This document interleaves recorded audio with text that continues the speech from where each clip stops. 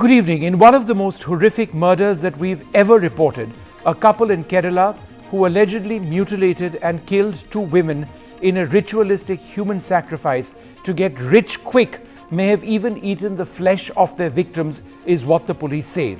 Shocking new details emerged in this case. The victims, Roselin and Padma, were tied up and tortured before they were strangled, is what the police said. The breasts of one of the women were chopped off, blood was allowed to flow out. One of the bodies was cut into 56 pieces. Body parts were found from 3 pits. Now, we have a panel in a little bit to discuss this absolutely shocking case, but first, a very special guest, the Police Commissioner of Kochi, Mr. C.H. Nagaraju. Thank you, sir, very much for being with us. It's certainly one of the most bizarre cases, I'm sure, even for you. Firstly, to the allegation of cannibalism, is this correct? As far as evidence is concerned, it's a case of human sacrifice, and whether there is cannibalism or not has not yet been proved, because there are totally 2 incidents with us now at hand, and the first incident, which happened during June, is said to have some such background. These are the stories going around. These are stories which are being spoken about, but there's no concrete evidence for this. So we will have to collect scientific evidence for this. But prima facie, do you believe that to be the case? In fact, whatever the accused have been saying, we are trying to collect corroborating evidence for that. So this story that whether there was some cannibalistic behavior on the part of any of the accused has to be proved from our side. But this is something that they have said. I mean, it's emerged in the course of questioning and interrogation. Yeah, to some extent it is partially correct, but that cannot be completely revealed at this stage because it is an investigation. And who exactly said what, that cannot be revealed at this stage. Sure. We need to collect scientific evidence for that. Mr. Nagaraju, as far as you are concerned, have the police cracked this case, or are there still a couple of more leads, a couple of other angles that you are pursuing? There are several angles actually to pursue, because this is a very, very gory incident as far as we notice this. Almost the sections we have invoked, there is evidence for those sections, like a murder has happened, an abduction based on a cheating has happened, and destruction of evidence has happened. So as far as penal sections are concerned, we have adequate evidence, and we are collecting more scientific evidence for that. We'll be doing DNA testing. We'll also be collecting various other scientific evidence like post-mortem and all. In addition to this, if there is anything else beyond this, what the story has been narrated to us by the accused or story narrated to us by the scene of crime, while we have conducted our search and seizures, so we have corroborated it with more concrete evidence, and we'll definitely make it a watertight case. Mr. Nagaraju, is it true that one of the bodies was mutilated? 56 or 50 plus parts of this body have been found in pits? Yes, both the bodies, the modus operandi was same. The June incident and the September incident, the bodies have been mutilated. They have been buried into pits in the backyard of the house of the couple.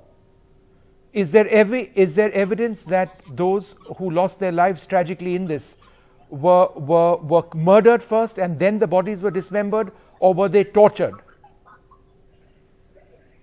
As far as the behavior of these accused goes, what we have understood is they will first kill and then mutilate and make them into pieces, dismember them and then bury them.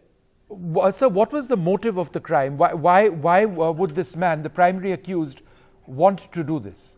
There are multiple layers in this. The motives, yes. We are almost clear as to the motives, but we are not at a stage where we reveal everything about the motives of the accused.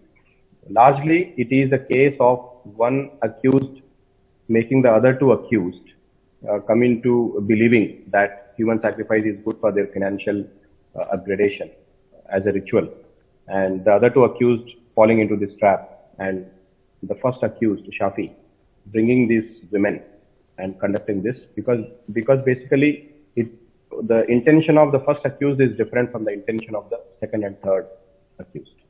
Sir, the primary accused, Shafi, there's a case history in the past also against him, right? Is he what you would criminally define as being a psychopathic killer? For evidence sake, I cannot use that word because it has to be proved by an expert. We need an expert report, a medical examination, psychological examination for that.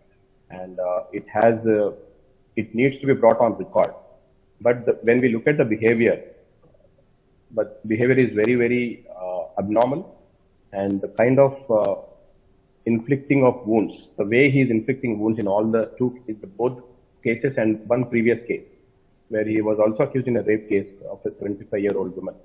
Even there, the wounds are very, very similar and at the same places, especially private parts. Is he calm when you speak to him? Was it? I mean, does he admit to all of this? He's very calm. He doesn't admit so easily. He didn't admit easily, and he's very calm. Yes.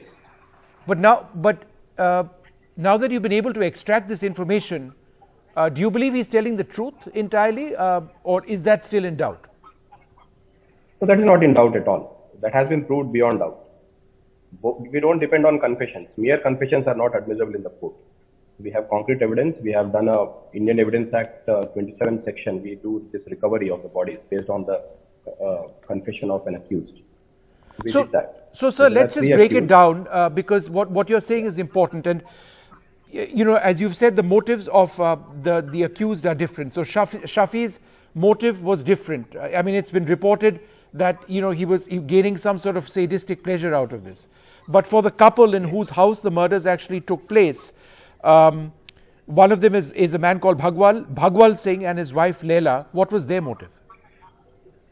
Their motive was gaining financial wealth through human sacrifice. That was purely ritualistic, based on a belief system. They were made to believe like this by Ava, who used a social media fake profile, and through that he created a women's profile. That woman befriended this Bhagwal Singh, and through this regular communication between these Facebook accounts, they convinced that human sacrifice is the best method to upgrade their financial situation. They were into financial trouble. So Shafi is the person behind this Facebook group who convinced this couple. Yes. And they came to believe in. He was able to convince them about human sacrifice. I mean, that's how vulnerable they were. Yes, and it happened over a period of time. It happened over a period of time. Now, the important point is that both of the victims were not killed together. They were killed within months of each other. Is there any clarity on why this couple would want to repeat the act of murder? It was, as far as the evidence goes, it was because the accused, so Shafi, convinced the other two accused that the first sacrifice did not lead to much improvement in their financial condition. So, and there was some ritualistic problems in the first incident, so they have to do another one. Oh, it was the way he convinced them. Yeah. And finally, the victims, Roselin and Padma, how were they lured and why were they lured? They were also, again, lured on the basis of financial benefit. They were both lottery sellers. And is it true that they were going to make a film? They were told that they'd be paid to make a film. I don't know if is that true? We are not getting into those details because it might affect the investigation. Basically, it was financial promise which lured them to go there. Was there any money which they'd already been paid before they were actually lured? They were not paid any money. Right. And the other detail which emerged is that, and correct me if I'm wrong, that Roselin and Padma both used to frequent a restaurant of sorts where they came in contact with the killer. Is that true? The main accused, Shafi, is in regular touch with these women. He knows them well, they know him well, and he is a person of this place. He has been shifting his locations over the last 10-15 years. There is no job he has not tried. He runs a hotel, he runs a taxi, he runs a lorry. His main objective is self-gratification. Whatever is the field he is in, wherever he stays. That's why we are exploring more into his behavior, past behavior. There could be, there could be more such instances. So that would be one major focus for us. Commissioner, in all of your decades, Commissioner, in all of your decades of being a police officer, is this the most bizarre murder case that you have personally led an investigation into? Yes.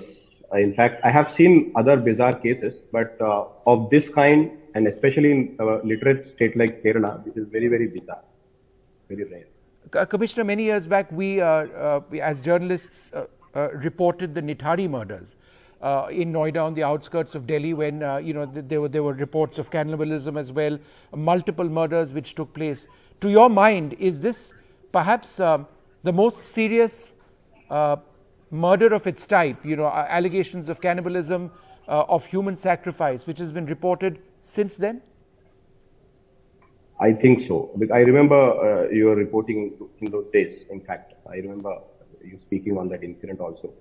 So I think in these times, in a place like Kerala, this is very, very abnormal, and it is an aberration. So it's not a widely prevalent practice here at all. People are very, very educated here. And this is some peculiar situation this first accused has created, and he has an objective in this. That's how it led to this kind of behavior on the part of the other two accused also. Just one or two more questions, Commissioner. As you can understand, it's just so bizarre and tragic. Firstly, the psychological profiling of the alleged killer. Who does that, and when would you be in a position to actually reach a medical conclusion, a forensic medical conclusion on how this killer's mind worked?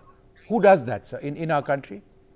Yeah, we basically take these accused in custody. Again, from there on the judicial remand now. So we request for police custody, and during the custody, we examine all these things. What kind of scientific evidence we can gather, with the mental condition also. We have our own hospitals here, government hospitals here. We get them examined and take a report from the experts. A final question, sir. Are you a little concerned about tension in the area? People in the area would be extremely worried and distressed. Pits with body parts in them and things like that. Is there some basic policing that you're doing to calm down tempers, if there are any?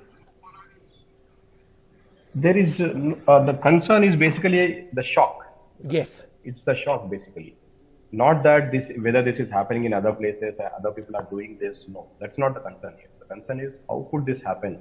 And this is especially Bhagwal Singh is such a respected man. He's a Vaidya in the local terms. Yes. His house was a landmark, in fact. Everybody knew him. It was a very respectable family outwardly. So that is a basic shock here. Shafi, everybody knows, especially people who know him before. He's a criminal. But this couple fell into trap and could go to this extent is a shock. The concern is not about whether there could be more incidents and more people doing such practices. No, that's not the concern here.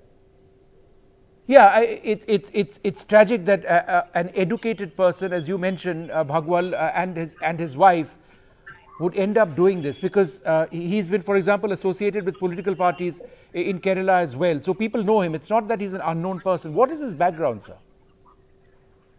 Bhagwal Singh, basically his whole family has been, it's a legacy of, he is a masseur, basically, Ayurvedic masseur.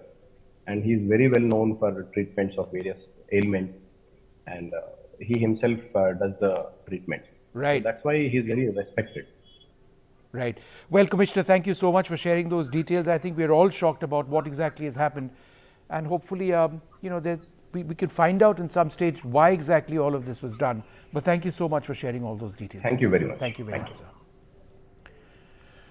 All right, well, we're going to go across to our panelists at this stage. Rahul Ishwar joins us, Brinda Adige as well, and Dr. Dharmendra Singh, who's been a consultant psychiatrist at the All India Institute. Thank you all very much for being with us. Mr. Mitra, we don't have Mr. Mitra as yet. I want to go across to Dr. Dharmendra Singh.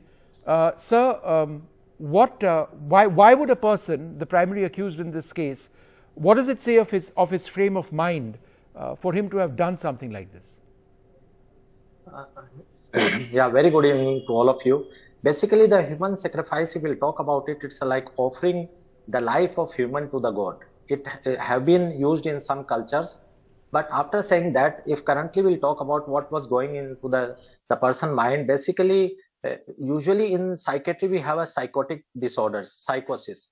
In these kind of patients, especially we have a schizophrenia, paranoid schizophrenia, these patients, they can have these kind of thoughts that, either they are hearing some voices, we call them hallucinations. These voices can command, we call them commanding hallucinations, that they can command, and they can the person under the influence of these voices can do such kind of things, or some kind of delusions they have related to the people, and that time so these are the symptoms of this psychotic disorder.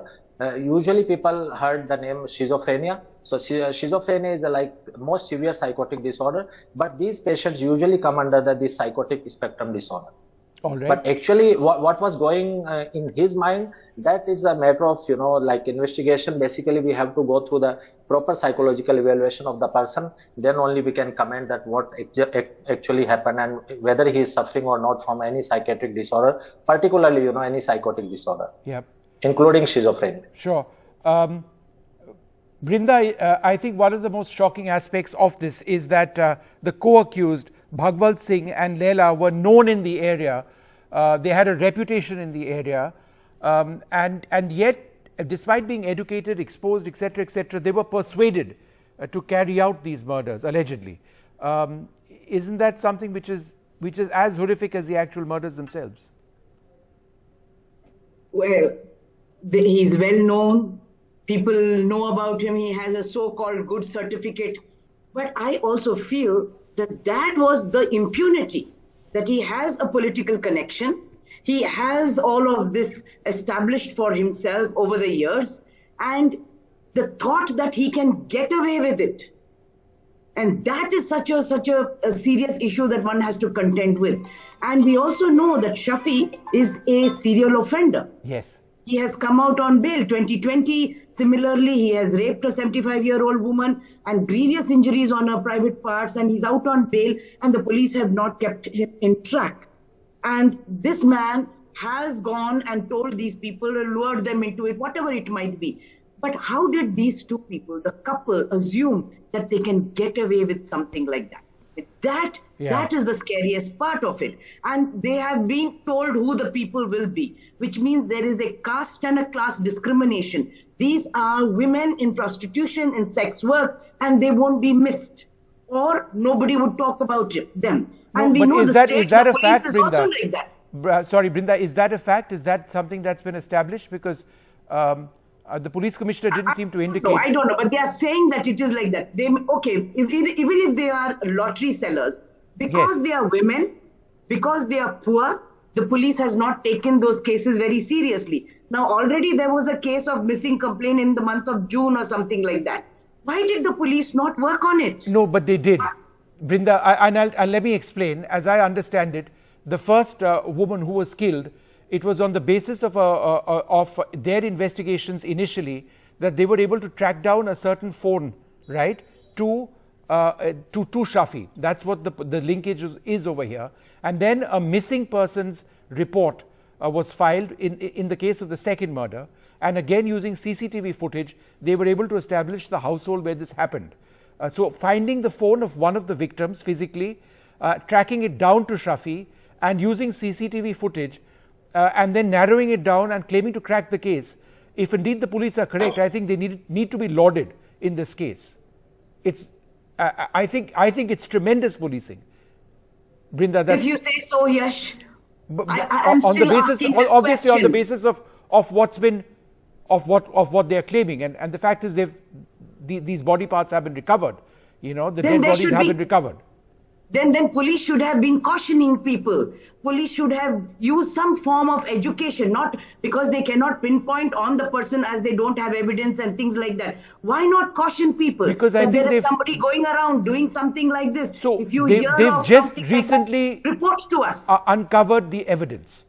I mean, they may not have had the full motive at this stage, but Let me go across. Education is important. Absolutely. Yes, education is important. Awareness is important. Preventing something like this that might happen again, because there is Shafi, who is also who's got a record accused in the earlier cases, just to caution people that awareness and education must be done. Yes. Because how would you prevent it otherwise? You're telling people not that Shafi will come, but there are these kind of things that are happening. Be aware of it. Be cautious. If you hear somebody saying these things, please report to the police. But again, Brinda, you know, and let me put this question to Dr. Dharmendra Singh.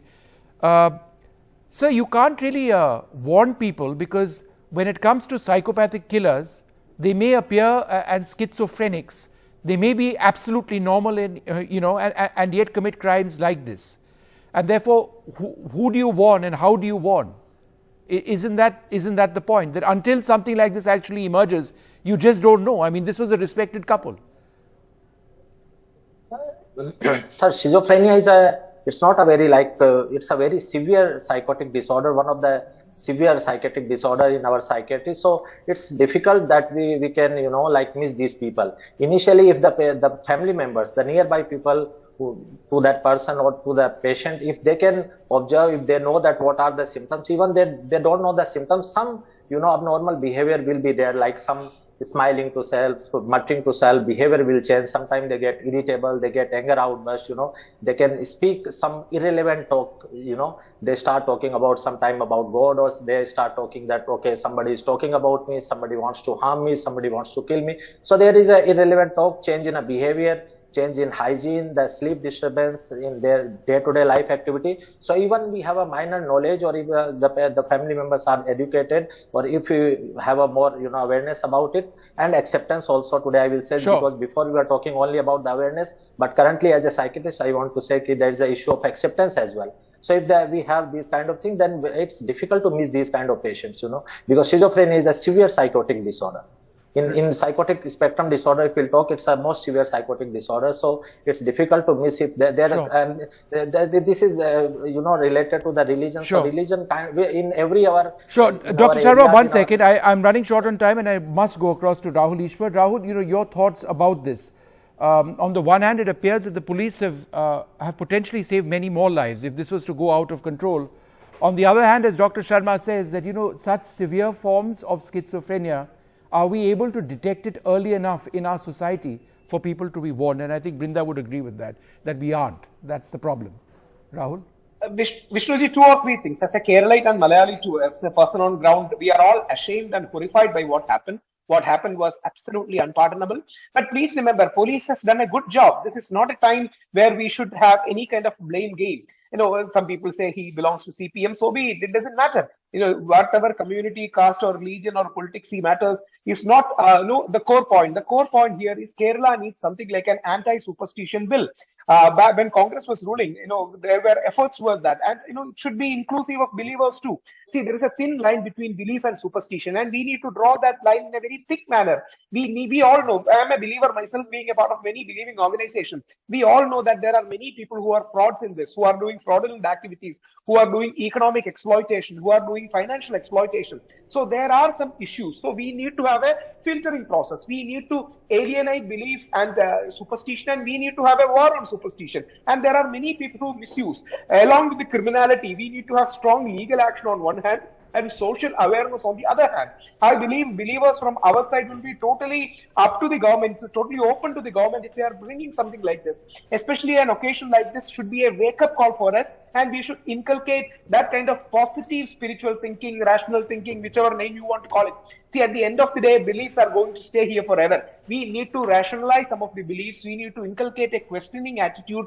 We need to move away from the charlatans who are practicing the space. And we had many such bad customs. People like Swami Vivekananda or Gandhiji or Raja Ram Mohan Roy came forward and reformed this. So the core point is there should be a reform from inside the faith. We need to have an anti-superstition law. We need to have a concerted action. But sometimes in Kerala, it gets lost in politics. So the point is, beyond caste, religion and politics, we need to come for a strong anti-superstition law, which will also take into confidence the believers. Otherwise, believers will unnecessarily be defensive and take a shield against it.